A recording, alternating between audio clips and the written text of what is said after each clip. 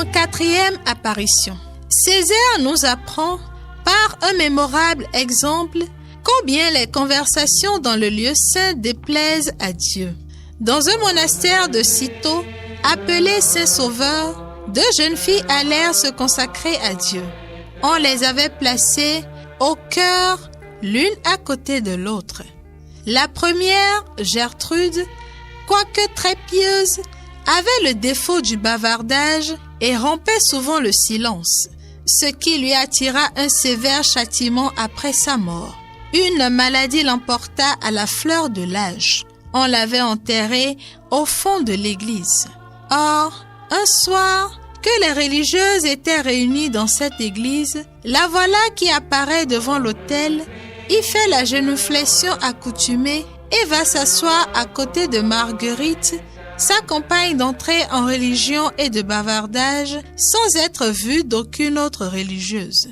Marguerite, à cette vue, est saisie de frayeur, devient pâle, tremblante, prête à défaillir. On s'empresse autour d'elle, on s'informe du mal qu'elle éprouve, on lui prodigue 1000 soins. Alors, elle commence à raconter ce qui lui est arrivé. La défunte, ajoute-t-elle, aussitôt après l'office des vêpres, s'était levée, avait fait une grande inclination jusqu'à terre et avait disparu. La supérieure, craignant que tout cela ne fût que le jeu d'une imagination troublée ou quelque illusion du démon, lui dit: « Si Gertrude vous apparaît encore, vous lui direz « Benedicite », à quoi elle répondra sans doute, suivant notre usage, « Dominus ». Vous lui demanderez alors d'où elle vient et ce qu'elle veut. Le jour suivant, à la même heure, nouvelle apparition. Marguerite la salue. « Benedicite, Dominus », répond le fantôme. « Ma chère sœur Gertrude, poursuivit Marguerite, d'où venez-vous et que voulez-vous ? Je viens, dit-elle, satisfaire à la justice divine dans le même lieu où j'ai péché avec toi, lorsque j'ai tant de fois rompu le silence et te l'ai fait rompre pour des choses inutiles pendant les saintes cérémonies. Le souverain juge veut que je m'acquitte envers sa justice à l'endroit et dans les mêmes circonstances où je l'ai offensé. Oh, si tu savais combien je souffre! Je suis tout environné de flammes. Ma langue surtout en est consumée sans que je trouve le moindre soulagement. Profite de mon exemple. Mets un frein à tes paroles. Oublie que je t'ai donné ce scandale et n'y entraîne personne, parce qu'un supplice pareil au mien te serait réservé. » Elle disparut.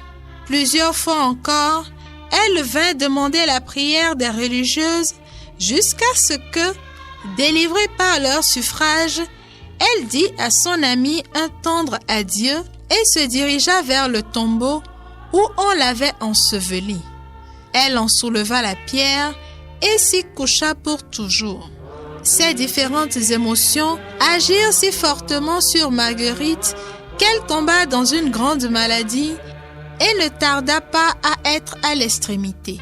On la crut même morte, mais ce n'était qu'une sorte d'extase durant laquelle il lui fut révélé des choses admirables de l'autre vie. Elle les raconta à ses sœurs étonnées et les exhorta à marcher de plus en plus dans la voie courageuse de la mortification des sens.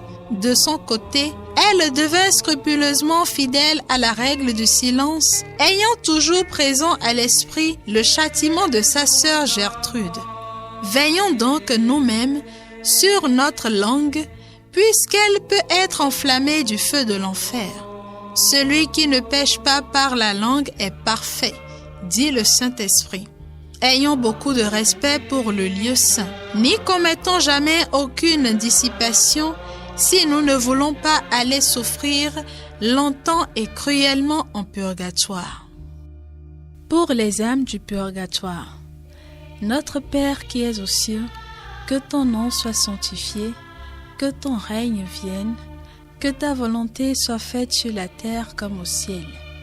Donne-nous aujourd'hui notre pain de ce jour. Pardonne-nous nos offenses comme nous pardonnons aussi à ceux qui nous ont offensés, et ne nous laisse pas entrer en tentation, mais délivre-nous du mal. Car c'est à toi qu'appartiennent le règne, la puissance et la gloire, pour les siècles des siècles. Amen. Je vous salue Marie, pleine de grâce, le Seigneur est avec vous.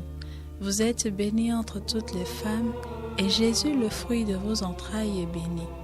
Sainte Marie, Mère de Dieu, priez pour nous pauvres pécheurs, maintenant et à l'heure de notre mort. Amen. Gloire au Père et au Fils et au Saint-Esprit, comme il était au commencement, maintenant et toujours, dans les siècles des siècles.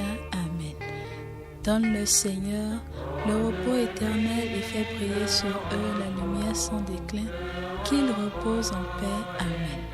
Notre-Dame de Montlégion, priez pour nous et délivrez les âmes du purgatoire. Donne-lui le repos.